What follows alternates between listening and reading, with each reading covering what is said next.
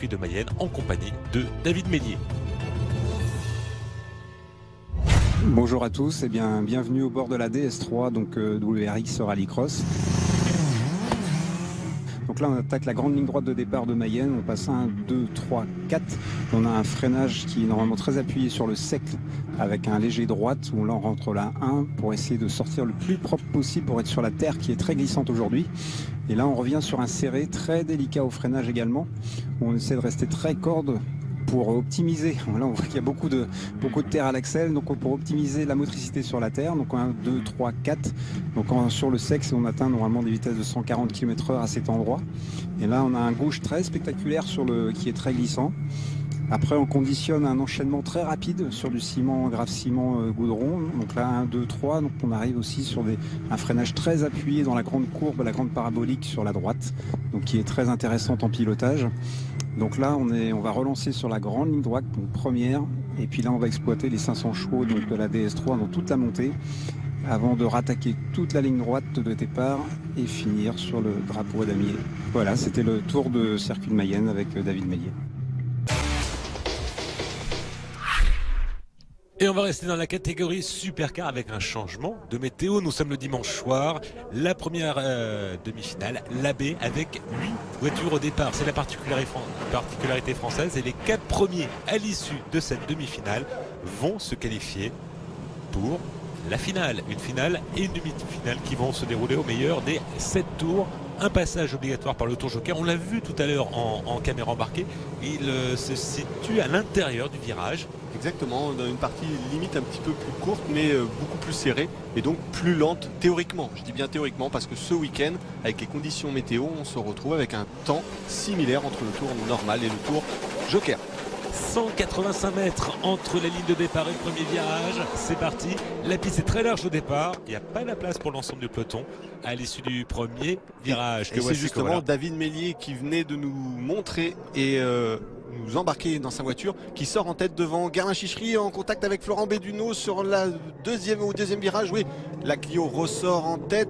C'est Jonathan Payet qui vient se positionner également à l'intérieur. Les 2,208, c'est serré.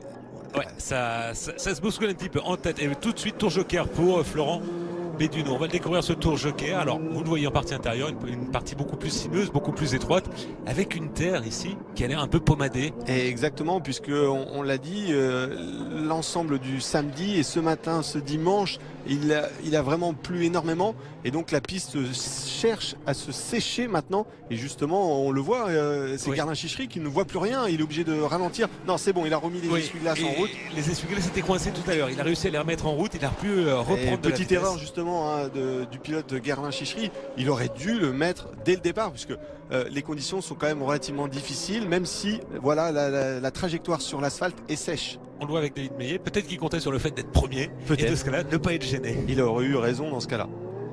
Et là c'est voilà, sur cette portion maintenant qui s'assèche très vite, puisque le soleil tape vraiment très fort, mais dès qu'on rentre voilà, sur la partie joker comme ici, les voitures ont l'obligation vraiment de poser la voiture très lentement, parce que sinon ça peut taper le mur de sécurité à l'extérieur. Voilà, David Mélier suit les trajectoires, c'est très difficile, on le rappelle, ils sont en pneus intermédiaires, ce sont des pneus considérés pour la pluie, mais finalement ce sont des pneus slick qui sont simplement retaillés.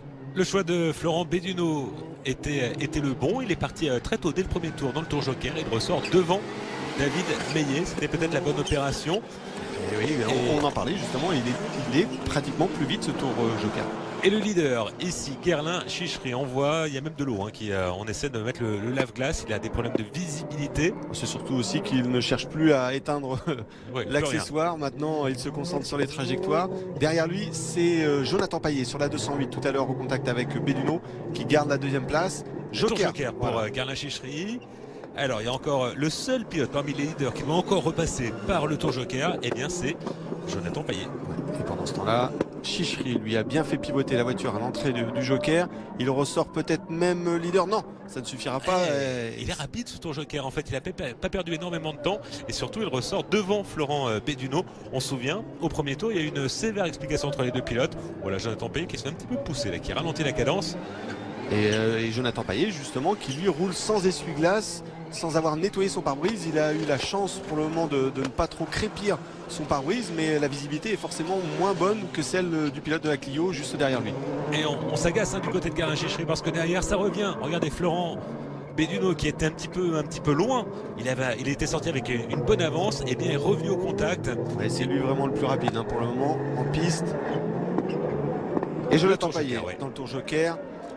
La piste ça sèche justement de tour en tour. Est-ce que ça suffira au pilote Payet compétition pour ressortir devant?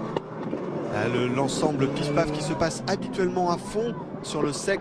Voilà, les deux voitures justement de Chichery et Béduno ressortent leader à l'issue de ce 5e tour. Il faut trouver l'ouverture après pour passer pour Florent Béduno, sachant qu'il joue en plus le championnat, on en reparlera tout à l'heure. Il est en lice pour le titre face à un autre Payet, c'est Jonathan. Et voici l'arrivée de cette première demi-finale, la victoire de Garlin-Chichery devant Florent Béduno. Ouais, et c'est Jonathan Payet qui termine 3e justement de cette manche devant David Mélier qui se qualifie en finale avec sa DS3. On peut rappeler une nouvelle voiture, il l'a inaugurée, c'était à Lavaret en milieu de saison. Et David Meillet par le passé qui a roulé avec la Clio, la Renault Clio de Garlin-Chichery. C'était il y a quelques années. Ouais, sous les couleurs du team Chanoine. En revanche, on était en catégorie supercar, on y reste avec cette finale. Et au fait, passer d'une voiture de rallye pour construire une voiture de rallycross, c'est ce qu'a fait exactement l'équipe Hansen la toute première année du championnat du monde en 2014. En pole position de cette finale, on va retrouver Fabien Payet à ses côtés, Garlin-Chichery et Florent Béduno, le rival de Fabien Payet ici à l'écran pour le titre, qui lui partira à l'extérieur sur la deuxième ligne. David Olivier accompagné par Emmanuel Hahn qu'on vient de voir ici en interview, comme quoi c'était un bon choix. Il y a également Kim Moreton, David Mélier et Jonathan Payet dans cette finale. Autrement dit, 8 voitures au départ. Emmanuel Hahn qui avait gagné, c'était en division 4. Est-ce qu'il fera le même exploit en supercar chez lui? Il n'est pas le seul, Florent Béduno aussi et de la région de Mayenne. Ouais, Pays de Loire, c'est la région. Ouais. David Olivier qui au début du week-end avait fait de très belles performances avec, il me semble, un deuxième temps en manche qualificative. Enfin voilà, on a beaucoup de pilotes qui ont les capacités de venir remporter cette course en supercar. Et on l'a vu, David Meillet également, qui nous a embarqué pour le tour de présentation, qui est présent en finale, qui est au bout de l'aventure avec cette nouvelle voiture. Dans des conditions qui seront meilleures pour lui, puisque tout à l'heure, pendant le tour embarqué, c'était difficile. Oh, mais il est chez lui, il a de la mémoire. Il connaît bien le circuit. On est parti pour cette tour de course. Très bon envol de Fabien Payet. Et Jonathan Payet, lui, venu de la troisième ligne, mais c'est Béduno qui sort en tête. Contact ici entre les 208, Emmanuel Hahn. Et Garlin-Chichery qui va s'affirmer, qui reprend la troisième place. Les voitures sautent ici entre le changement terre-asphalte. Contact dans le rail de sécurité pour la 208 de Jonathan Payet. Garlin-Chichery fait tout l'extérieur. À la Kenblock, on le voit sortir dans la poussière. Il y a un problème pour Jonathan Payet, à mon avis, un problème de roue. Regardez la roue avant gauche. Il ne maîtrise plus rien. Je pense que le contact contre le rail a cassé une biellette de direction. Tour joker pour la Dacia Logan de David Olivier. Et quel envol de Florent Béduno, ça part un petit peu large, sur limite de piste. Oui, un peu plus même encore. Il faut absolument qu'il reste sur la piste. Il ne peut pas continuer dans ces circonstances. Mayenne est un des circuits où, un petit peu comme Monaco en Formule 1, avec des rails de sécurité tout le long de la piste, très peu de bac à sable. Donc la sortie peut être vraiment méchante. Passage derrière de Garlin-Chichery, tout en glisse, avec une voiture qui commence à accuser le poids des ans cette saison. C'est vrai que là on est avec des voitures des anciennes. Drapeau jaune, c'est pour la voiture de Jonathan Payet qui a abandonné, on l'a vu dès le premier tour, un problème de direction.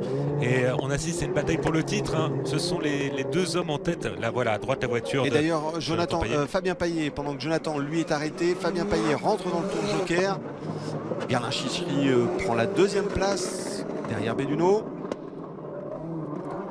Quel envol de Florent Béduno qui va rester en tête, la deuxième place. Et ça ressort deuxième pour Fabien Payet devant Garlin-Chichery. Et il a perdu très peu de temps. Un petit contact avec Florent Béduno pour dire qu'on est là. Une vitesse de loupé un petit peu pour Béduno à la relance. Payet profite pour être maintenant collé. Ça va être compliqué pour Béduno puisqu'il sait qu'il doit prendre le tour joker. maintenant. Il lui reste 4 tours. Il n'aura plus le choix et il devra le passer au moins une fois. Oui, et il faudra prendre des risques dans ce tour joker, hein. C'est ce qu'a fait Fabien Payet tout à l'heure. C'est ce qu'a fait aussi dans les autres catégories des pilotes comme Hameau, Jean-Sébastien Vigion. Jean-Sébastien Vigion, oui, de donner le meilleur sur le freinage. C'est ce que va peut-être faire Gerlin Chichery. Oui, alors la voiture est peut-être plus large, hein, la Clio, qu'au Ouais. départ, parce que là, il y a eu des contacts au départ. Il a le sens du spectacle. Ça passe bien. Il y a eu un petit peu d'entrée de sous-virage. Il est obligé de faire pivoter la voiture au dernier moment. Il conserve la 3e place. Voilà, s'il conserve l'essentiel, c'est au moins la même place qu'à l'entrée. Et la pression, on entend les cordes de muse là pour encourager ce duel. Ouais, les supporters mayennais. Et là c'est Jonathan Payet qui peut enlever son casque. C'est sûr, la voiture est incontrôlable. Problème de direction. Le leader, Florent Béduno, suivi par une autre 208, celle de Fabien Payet. La différence, c'est que le leader, Florent Béduno, doit encore effectuer son passage par le tour joker. Il n'est pas forcément très pénalisant sur cette piste à Mayenne, à condition de bien le négocier. Et ça y est, le pilote Artipol se jette dans le tour joker. On va être fixé. On va voir la meilleure C'est prudent, c'est peut-être trop prudent à l'entrée. Par contre, c'est très propre. J'ai l'impression Pour le que, reste, c'est très rapide dans le joker, mais ça ouais. suffit pas. Et regardez, vous avez vu Fabien Payet qui a un petit peu empiété sur l'herbe Je pour pense qu'il a avoir la cherché, place pour ouais. s'infiltrer. Il a cherché à anticiper pour éviter le contact, certainement à la sortie comme on a pu le voir tout à l'heure en Twingo. Et là, c'était le bon choix pour Fabien Payet de ne pas attendre. C'est-à-dire que dans la famille Payet, on a un peu d'expérience en rallycross avec le papa qui a été au moins 10 fois. 11 fois champion de France, une fois champion d'Europe. Fabien Payet qui a lui-même été déjà champion de France, c'était à nouveau avec la voiture de l'équipe Payet. Ça a été un peu compliqué techniquement l'année dernière, mais ils reviennent cette année, ils maîtrisent leur sujet. On va voir le départ Emmanuel Hahn qui vient en contact, hein. Voilà pourquoi l'aile de Jonathan Payet. Fabien Payet. Et c'est Jonathan qu'on va voir après. Jonathan qui s'exerce au bowling avec un joli strike. Il y avait eu un contact dans le peloton. Voilà pourquoi il y a eu un problème de direction. On retrouve le leader, Fabien Payet. Alors on a compris pourquoi il y a un problème sur l'aile arrière gauche de sa voiture. Et il prend la mesure de Florent Béduno qui doit contrôler Gerlin Chichery. Et Florent Béduno, oui, qui voit surtout des points stratégiques là, au championnat en train de perdre tout simplement. Donc il ne veut surtout pas voir Gerlin Chichery le passer. Certes, mais c'est le plus soigneux des trois. C'est le seul dont la voiture est intacte. C'est vrai. On est dans l'avant-dernier tour avec Fabien Payet toujours en tête. Ces 3 pilotes ont effectué leur passage par le tour joker. Donc là, si on veut dépasser, il faut trouver l'ouverture sur la piste. On ne peut pas passer de manière stratégique. Non, et c'est parce que c'est compliqué aussi, on le rappelle encore une fois, il a plu durant les phases qualificatives, la piste est donc simplement nettoyée et asséchée dans la trajectoire dès qu'on sort de quelques centimètres, et derrière c'est la glissade, on l'a vu encore tout à l'heure à la réaccélération dans cette parabolique. Il faut vraiment rester sur la partie la plus saine et la plus propre de la piste, quitte à sacrifier le virage d'avant et accélérer en ligne. Le dernier tour de course avec Fabien Payet ici à l'écran qui a... Bon, tous les deux ont eu des petits soucis hein, dans le courant de la saison. Il y aura un résultat décompté. Mais ça tombe bien de toute façon sur l'ensemble du championnat qui compte 9 manches. On décompte le plus mauvais résultat comme le veulent les prescriptions générales d'une manche organisée par la Fédération française du sport automobile. Donc jusque là on est à égalité, hein. Un résultat blanc pour chacun qui va être décompté.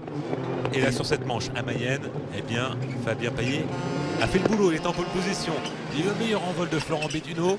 Il a réussi à compenser en étant très agressif dans sa stratégie du tour joker. Il s'impose, victoire de Fabien Payet, la deuxième de la saison devant Florent Béduno, troisième et Gerlin Chichery qui renoue avec le podium. Ça faisait longtemps, mais le pilote qui nous avait embarqué en caméra embarquée pour faire la découverte de piste, David Mélier, termine au pied du podium devant Emmanuel Hahn qu'on a rencontré, sixième David Olivier, septième Guy Moreton et septième et non arrivé, on l'a vu, c'est Jonathan Payet, le petit frère de qui avait Fabien. déjà gagné ici en Mayenne, c'était en division 3 comme Michael Payet ou Jean-Luc Payet. 4 Payet ont déjà gagné ici en Mayenne, c'est fantastique pour la même famille.